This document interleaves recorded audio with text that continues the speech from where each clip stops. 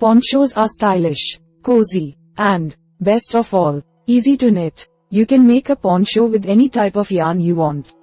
Use a pattern to create a specific poncho style, or follow along with the sample pattern in this article to make a basic adult-sized poncho. So, we are going to watch about the how to knit a poncho. Method 1. Designing your poncho. First is choose a pattern to guide you. Using a pattern to make your poncho will provide you with knitting needle and yarn recommendations. It will also give you specific instructions for how many stitches to cast on and how to work the stitches. However, if you prefer to design your own poncho without using a pattern, that is also an option.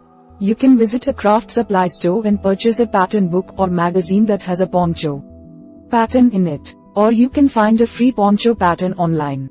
Look for a beginner level pattern if you are new to knitting. Step 2. Select yarn and needles for your poncho. You can use any color or texture of yarn for your poncho as long as it is compatible with the needles you are using. Check the label on your yarn for a needle size recommendation. If your pattern recommends a specific yarn type, such as medium worsted weight or super bulky, then make sure to use that type of yarn for your poncho.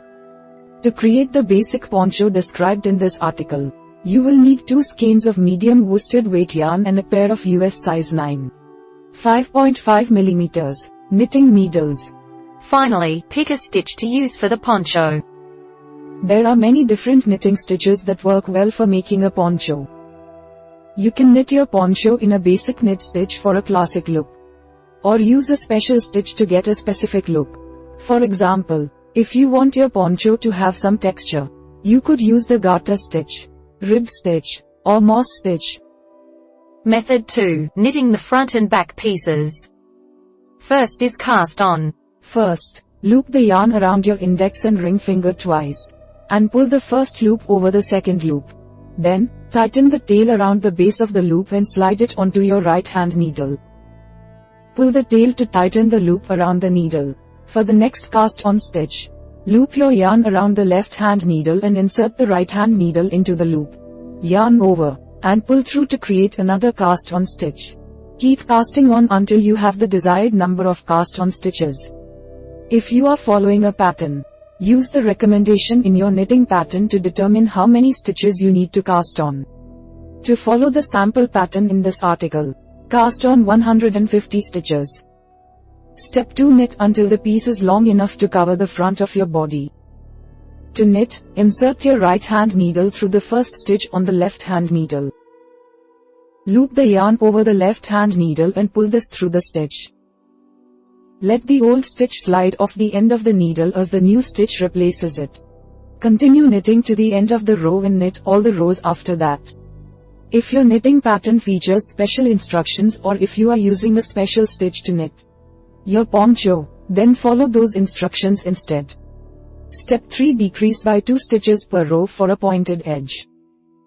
This is optional, but if you want your poncho to taper down to a point at the bottom, you can work a decrease at the beginning and end of the last 6 to 12 in 15 to 30 centimeters of the poncho piece.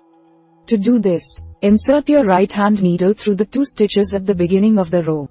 Yarn over, and then pull through both stitches to secure them. Repeat this on the end of the row. Keep decreasing until you only have 2 stitches left and then knit through both stitches. Yarn over, and pull through to finish the poncho piece. Step 4. Bind off. If you do not want to create a pointed edge on your poncho, then you will need to bind off the stitches.